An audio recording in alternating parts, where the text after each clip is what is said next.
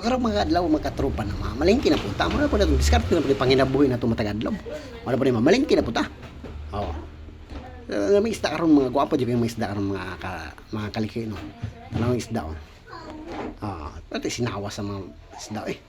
Sino kay ulo ng tindero? Sino eh. Naawa ko na yung matambaka, na gold pang kulo.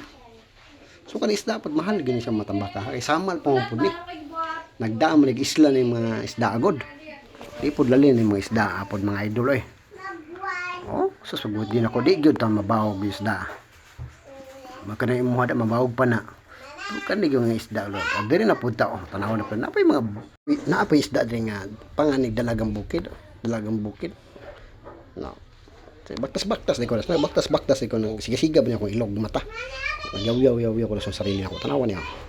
Makita tag mayon karon lapitan. Makita tag mayon karon.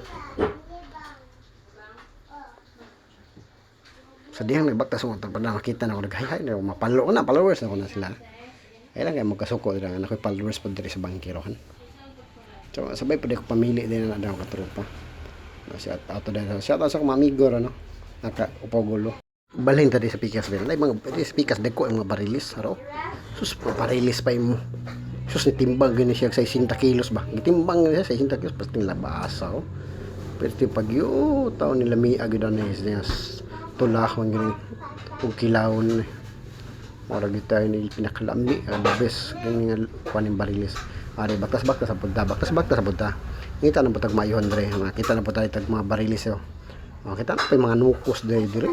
Taghana dire dapitong mga baligya. Wag ya isa kaning isda ada gikan pa nagsambal nagdam pa isla ni isda. Anang daw eh. Grabe mo isda oh.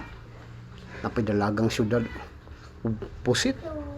Pag kanindot ani mga pero lang kapag mahal may katropa. Kanila daang nukos mga tropa nasa kanay kapini tag 119 kilo. Grabe mga tambaka oh. Sinaw eh. Yami ang sabaw na mga idol eh. Son. Ay barilis son pala barilis. Kadang blue naglumot-lumot daw. Dangog. Kalduhan eh.